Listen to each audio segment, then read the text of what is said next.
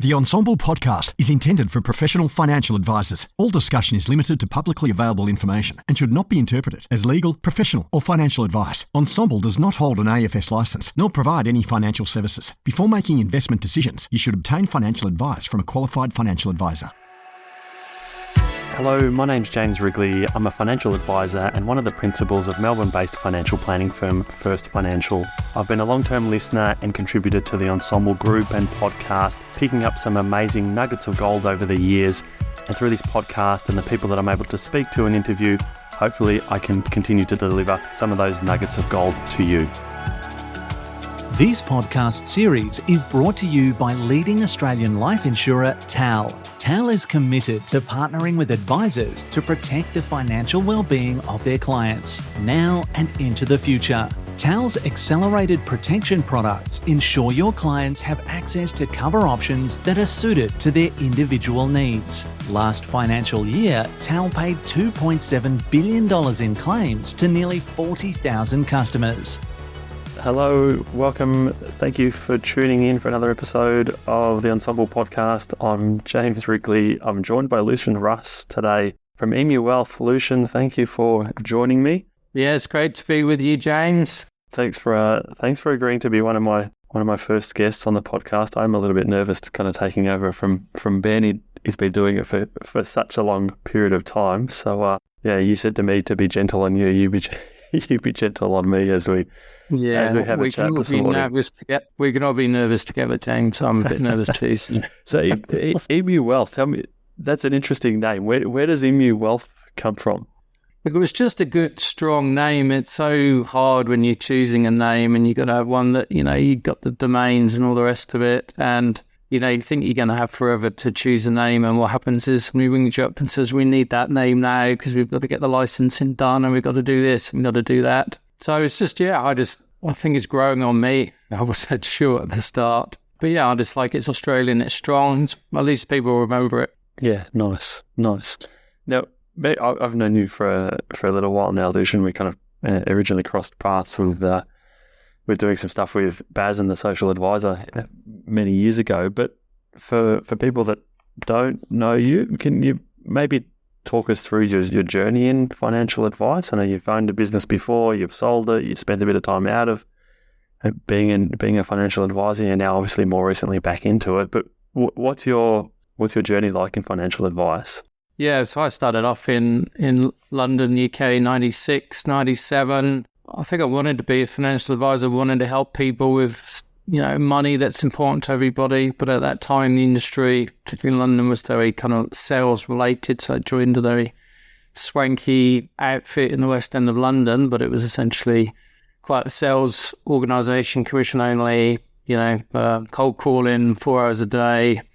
There was 800 people on this floor in London. Can you imagine it? 800 people? I know, it's massive. So after a little while, I thought, okay, I'm enjoying helping people, but not the sort of sales culture. So, joined another couple of firms, ended up being the sort of pensions expert at a firm in the city of London. We did a lot of, high net worth clients and pension transfers from the old sort of DB schemes, and even had to remify. I was the person in charge of doing the remediation. I can spit it out for defined benefit transfers, that were in poor advice. So it was sort of like a sort of baptism of fire my first sort of few years in the industry. Right. So anyway, cut a long story short, came to, 2005, wanted to, we will have these sort of things. I didn't want to leave my bucket list to the other end of life. So we took 2 years out. We traveled the world for 2 years, went everywhere, did everything, had an amazing time.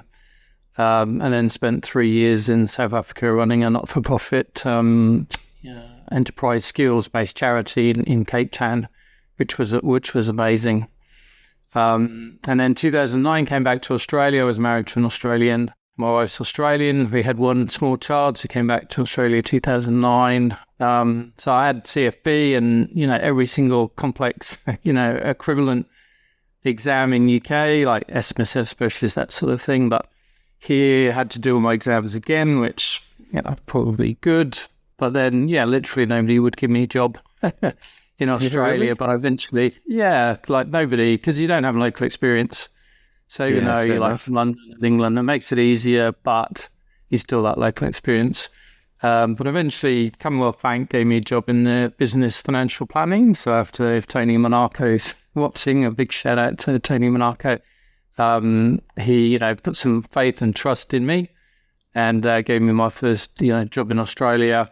Was there for 18 months or so. Wanted to have my own show essentially. So went to AMP. Eventually bought 2 practices, one in Adelaide, one in Alice Springs, and sort of stitched them together. So we had about sort of 8 full-time staff equivalent, that sort of thing. Didn't have about 1.5, 1.6, something like that. And wasn't really enjoying it. Everything was going well, but then, AMP got hit with all the things that we know. I had quite a big business loan with them, large practice, but big business loan, and their valuation shifting really meant that my practice was worth, just a bit more. I lost about 50%, a bit more than the same as the loan, essentially. And we're talking, a few $1 million here. So got an option to sort of get out, which sort of felt like I had to take from family's perspective, but didn't want to particularly. And then I had a 3-year bowler, essentially. So was out the industry for 3 years. So, it was quite a tough, anybody's gone through that whole process, even when it goes well, it's a tough process to go through. Yeah. Can you talk a bit more about that, for anyone that's new, like some of the young guys that work here and in our business, they won't be familiar at all with what people went through with some of what was happening with AMP. So were you one of the ones that, you hear some stories that it was some people that, were fighting to try and get out in the first place. Did you manage to get out of it reasonably easily? Like how difficult was it for you? Yeah, well, it's a good question. I don't know if I want to say too much on the whole AMP situation, because I don't want to end up in a legal situation in any way. That's fair. Essentially, because I'd bought an existing practice, I'd actually bought the shares of the company rather than the book. So it's pluses and minuses. But one plus I had was I had an option to get out, really, with nearly all of my money. Yep. Which was good because we took on a big loan and we'd worked really, really hard over, 6-7 years to build it up and to transform that business from, most AMP and most advisors have been through this from any commission-based practice to a fee-for-service based practice. And that's quite a big job as a lot of people have gone through and know, articulated, value and fees. So I got out and I was quite lucky, but a lot of people obviously had challenges that were, well documented. And, I still, regard myself as lucky to have gotten out at that point. And I know a lot of advisors' mental health suffered seriously, and obviously reports of suicides and things like that. So I think it was a real tough spot because a lot of people have been in there for such a long time and had taken loans and they were guaranteed on the houses and their wives, and to sort of come home, for anybody and explain, my business isn't worth what I said it was worth, that we would be all right, we're not going to be all right, and we've got these huge challenges, or things that go with that debt. So, yeah, for sure. I'll probably look on my side more than that. No, that's fair enough. Yeah. So was that, so great, you lived in like AMP, so I really, felt, for people. And so you lived in Alice Springs for a while. Was that? Yeah, we had 7 years in Alice Springs, so maybe that's why we got with the emus as well. So was it the business that you bought, was it split across Adelaide and Alice Springs, or it was 2 separate businesses you bought? 2 separate businesses. So originally we had practice in Adelaide and then bought the practice in Alice Springs. My wife's from Alice Springs, her dad's from Alice Springs. Yeah, right, okay. We had quite a good connection. Yeah. Yep. And then the idea was really to live in Adelaide, because we lived by the beach, had this perfect life really, and travel back to Alice Springs. But we ended up, after a couple of years, doing the opposite, living in Alice Springs and travelling back to Adelaide. So we had a team and we had advisors in Adelaide. So I lived in Alice Springs, and that was really good because my kids were young. So when I was there, I was, could drop them off at school, 5 minutes to the office, pick them up during the school day if there was some drama or disaster, or go to sports day. Used to pick them up from school as well and bring them to the office because there wasn't any childcare in Alice Springs. And the good thing was, even though I was away, 1 week in 4, sometimes 2 weeks in 4, when I was there, I could see a lot of the kids and do a lot of the running around. So my wife was working; she had a big corporate job, working full time. So it worked quite well being based in Alice Springs, then coming back to Adelaide and seeing key clients and just being in touch with the staff. Yeah, fantastic. That sounds great. Sounds fantastic. And so you got out of that, and then you spent 3 years kind of out of advice for a while. Like, what were you doing over that 3-year period? Yeah, so obviously I was involved with Baz Gardner, the social advisor, for part of that period, and just doing bits and pieces, consulting. I was living in Alice Springs, so we had a nice house, great life. My wife was working full time. We had money, so we were sort of fortunate from that perspective. And then gone into some board work. So I'm the chair of a disability services provider in Alice Springs. And I was on a clean water charity board, and like coaching the soccer team and doing the school council and stuff. So a lot of great stuff I was involved with. So and I sort of enjoyed that, but I ultimately find the sort of the one-off consulting to be not as satisfying as when you get to work with clients, in a deep way, like most financial planners obviously do, and have these sort of enduring relationships. I missed that. Wanted to get back into that. And also with the consulting side, you're often finding that you're sort of chasing clients the whole time. There's a fixed engagement, and then you sort of need to, chase the next client and chase the next client. Which wasn't the bit of the job I really realised. Yeah. And so now, Emu Wealth, what's it like setting up a business from scratch in the current environment? You speak to some people and they say it's really tough as a sole practitioner to try and do it on your own. You need some form of scale or support. Like how do you start? We've got a blank piece of paper. How do you start a business from scratch in financial advice? Yeah, look, I think there's probably, and I was just thinking about this on the car this morning. There's probably 2 ways to do it. There's sort of a legacy way to do it, where you've got some sort of legacy from legacy clients or a client list or following, and then you're sort of, doing what you used to do, maybe with some improvements. And that's probably the smarter, easier way to do it, to be honest, because you've got revenue from day one. Yep. And then there's probably the other way of doing it, which is the path I went down, which is not necessarily the best way to do it, but where you want to create something new, you want to do something different. You don't have that sort of legacy book sort of, ways of doing things holding you back, but you don't have those revenue streams or clients yet either, and you just want to do something new, fresh, different. And that's definitely a tough journey. I probably would do most things completely differently if I had my time again. Peter? But I think at the same time, it's a journey you don't go on because it's easy or quick or simple. I think it's a journey you go on because you sort of believe in advice fundamentally, and you believe in helping people, and you believe it should be done a certain way, and you want to uphold those values. Some people can do with big corporates and other practices. Some people find that it's more difficult to try and do it sort of their way. Yeah. So who are you working with now? Like who's the typical Emu Wealth client? So we're still very much a micro business. So look, I've been lucky enough to have lots of great mentors in my career, like sort of Bill Backrack, Baz Gardner, Jim Stackpole, people like that recently. And really, I think one of these key things is, can you grow a designed for wealth business without going through the activity phase? Activity phase is classically, obviously, when you sort of just take on most clients, get the activity up, get the cash flow going. Or can you focus on just the ideal clients you want from the start?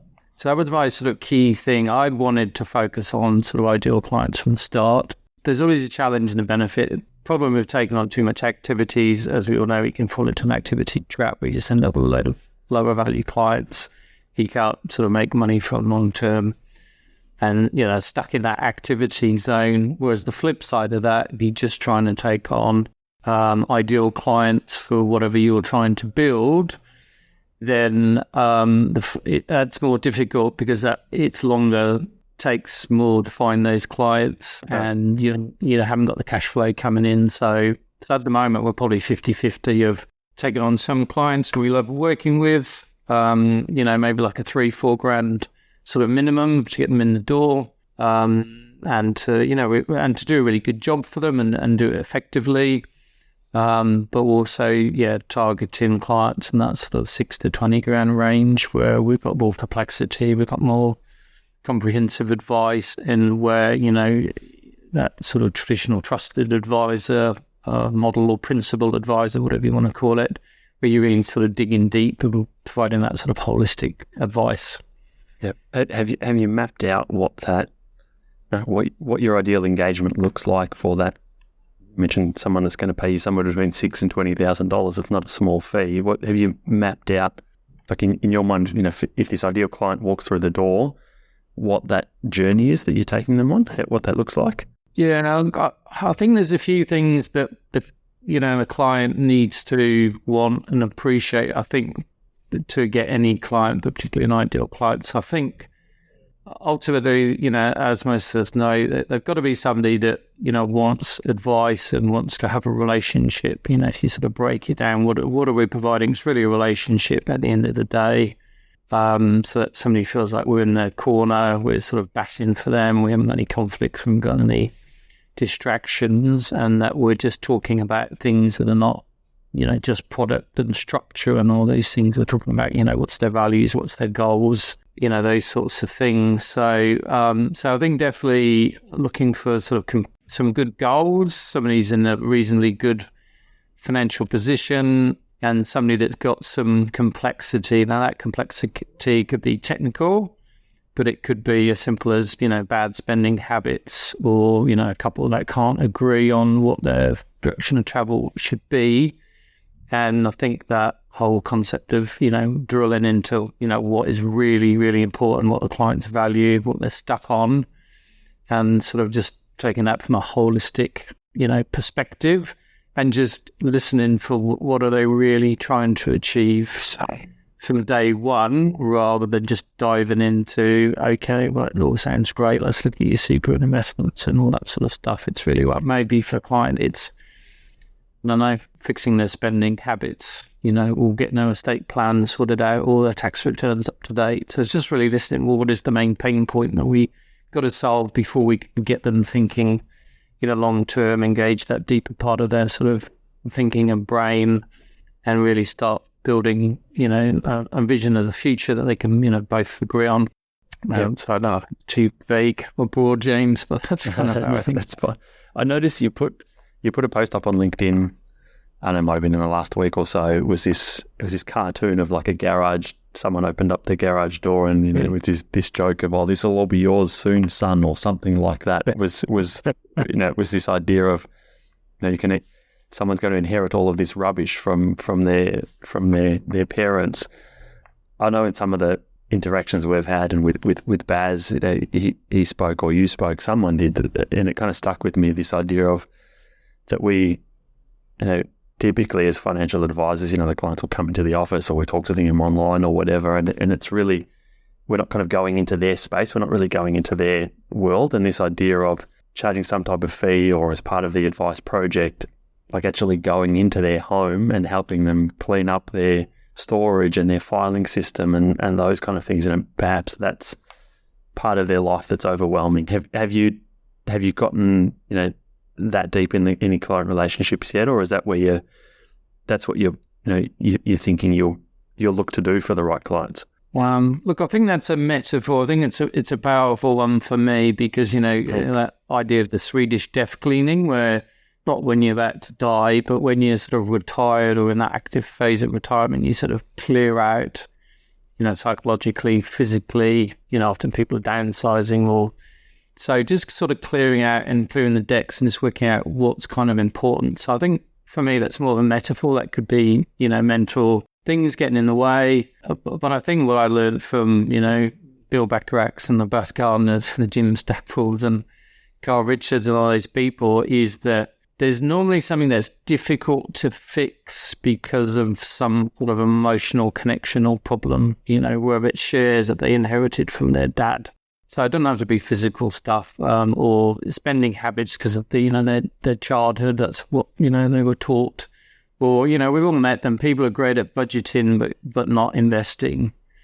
So it's just kind of trying to work out what's actually holding somebody back. What do they think is holding them back, getting them unstuck? Because I think financial advice is definitely a combination of helping people make most of the money. But a lot of the clients have enough money, but they're not necessarily comfortable or confident because it's never enough. You can argue there's never enough. You can never feel secure, right?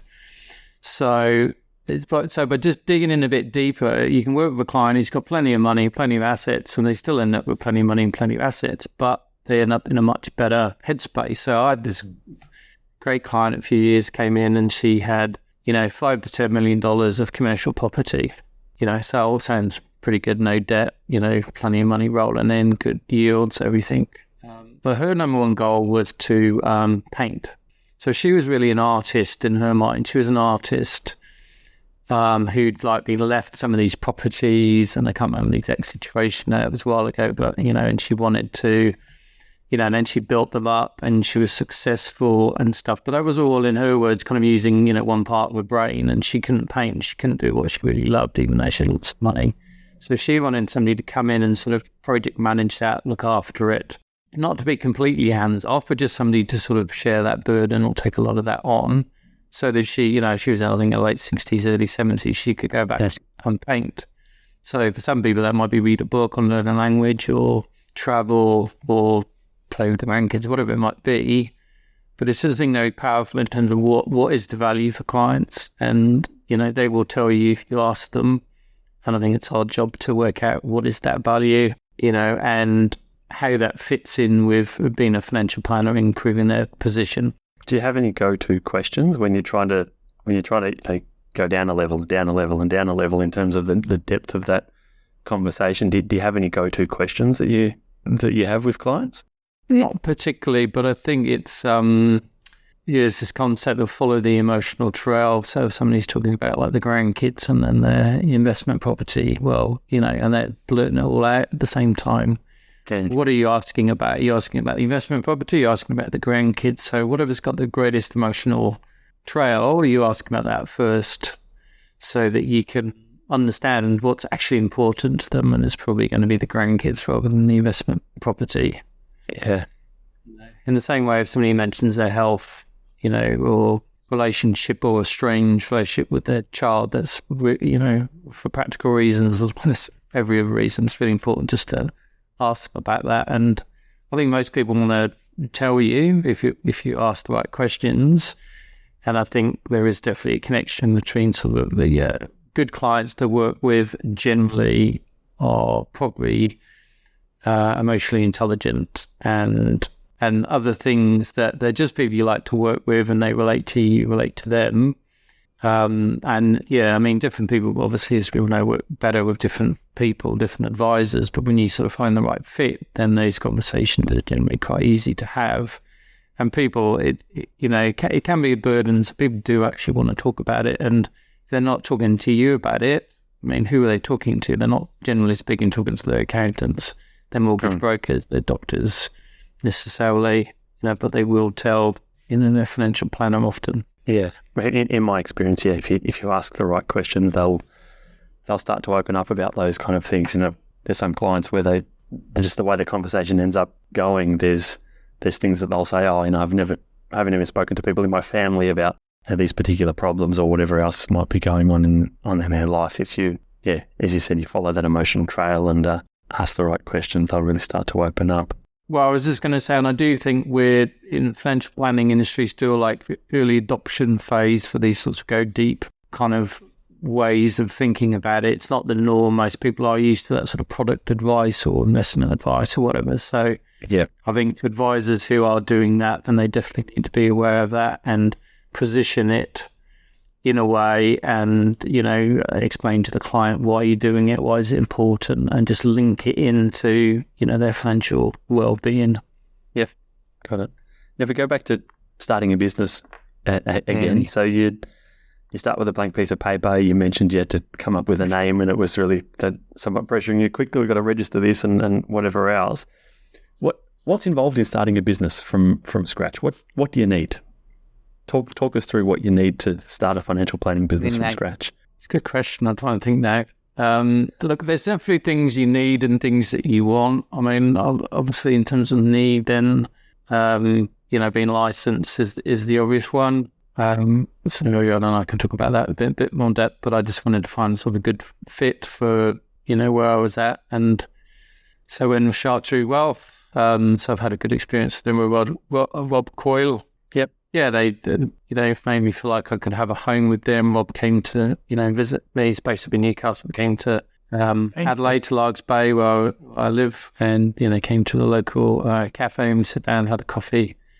Yeah, and they were just, I suppose, once you've been with a big dealer group, you're probably looking for a more personal approach. Yeah. But yeah, it's definitely, but it's also a massive challenge nowadays. I mean, back in the day, you work for somebody, you get a split of revenue or whatever, and off you go. But nowadays, with a fixed licensing fee, it's definitely a massive, barrier for people to start up a new practice. So as we all know, it's going to be at least 15 grand, if not 25 grand to be licensed. Yep. So, that's a big hit for a startup practice. I know some dealer groups cut you a little deal and waive some of the fees and stuff, so that can certainly help. But yeah, it's definitely a big hit. PI cover as well. So Chartreuse was good because I think it's like 2% of revenue, where some of them got a minimum. The minimum was worth 5-10 grand or whatever it is. So if you start out, minimum PI cover is going to be difficult. Yeah, right.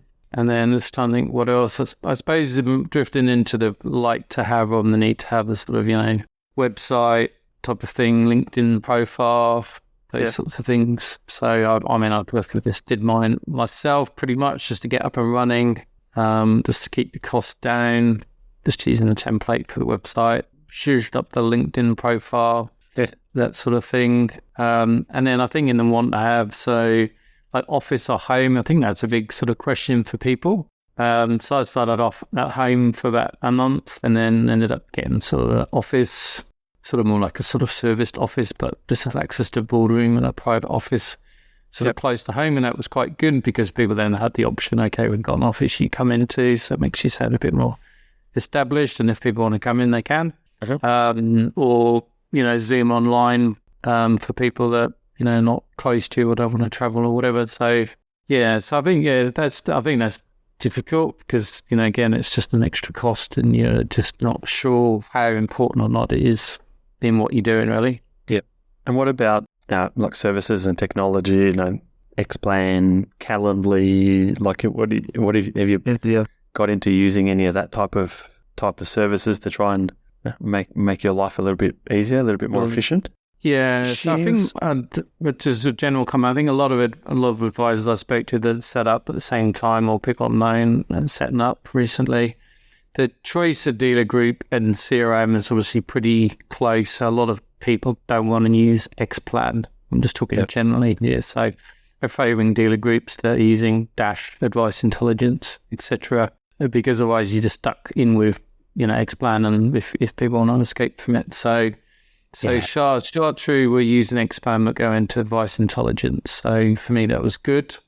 My challenge was I've never used Xplan, so I didn't want to learn Xplan and then Advice Intelligence. So I went straight on to Advice Intelligence, which was good. Yeah. My other challenge was I was never really used to using the CRM massively. At AMP, we had Coin. Coin was considered a weakness rather than a strength at AMP. And I was lucky to have staff that didn't have to deal with the CRM. So Advice Intelligence, so we've just been using it as a CRM and sort of basic marketing platform. I've just been using sort of free versions of most things, Calendly, it's obviously quite a good one. So, but I think I'm at the stage where we don't get a lot of people just sort of book into your calendar. Yeah, that's the main brand recognition. So most of mine are talking to somebody else and he's ringing me up and we're just booking them in traditional. We don't have a whole heap of reviews and all that sort of stuff that we need, a sort of really well-oiled machine. Yep. And then in terms of marketing initiatives, like what are you doing to, the clients that are coming to you, where do they tend to be coming from? What are you doing to try and find them?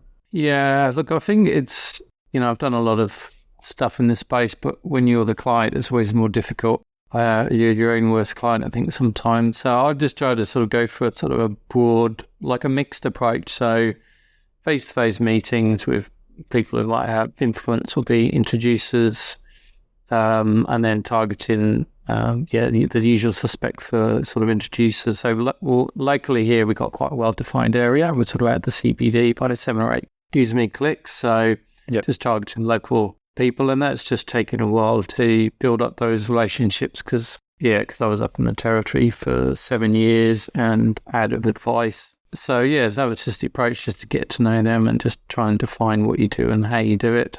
But I think definitely takes a bit of time doing, and then obviously sort of LinkedIn approach. Haven't really done any Facebook marketing stuff. Yep. You gave me an excellent suggestion for TikTok, which I haven't really done yet, but I did appreciate it anyway, and it's still on my list. Yeah. I don't think anything sort of super groundbreaking. At Chartreux, they specialise in UK pensions. So as a dealer group, we've got a sort of big strength in that. And honestly, my background's in UK pensions and being qualified in the UK and stuff. So at dealer group level, there's marketing efforts and connections, which is one of the reasons I joined Chartreux. I was just talking to someone yesterday that had reached out to speak with me, and this guy spent a lot of time. Most of his working life is Aussie, but spent most of his working life in the UK. He's only more recently come back to Australia, and he was talking about his UK pension and top up or something. And I saw something that you put on LinkedIn. I'm like, oh no, just the guy you've got to talk to. So I was telling him he needs to reach out to you. He was talking about putting some money into his state pension or something or other to maximise the payment. And it's sort of like, I have no idea what you're talking about. I'm not the person to talk to. Lucian's the guy that I know to have a chat with about that type of stuff. All right. Look, Lucian, thanks for joining me today. Good to have a chat. Good to catch up, and we've turned it into a podcast anyway. So thanks for joining. Good luck with the new business.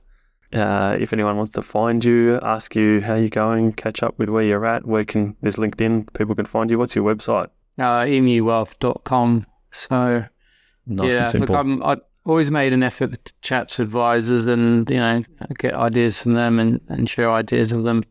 Look, thanks for having me on, James. It's great. You're a perfect host for the podcast. You got this beautiful, gentle, unassuming yet knowledgeable and a way of making people feel welcome and talking with them. And I love your LinkedIn videos and your TikToks and everything. Lucian. So, you're the perfect person to host this, and it's been great to be on. I appreciate it. Thank you for joining me.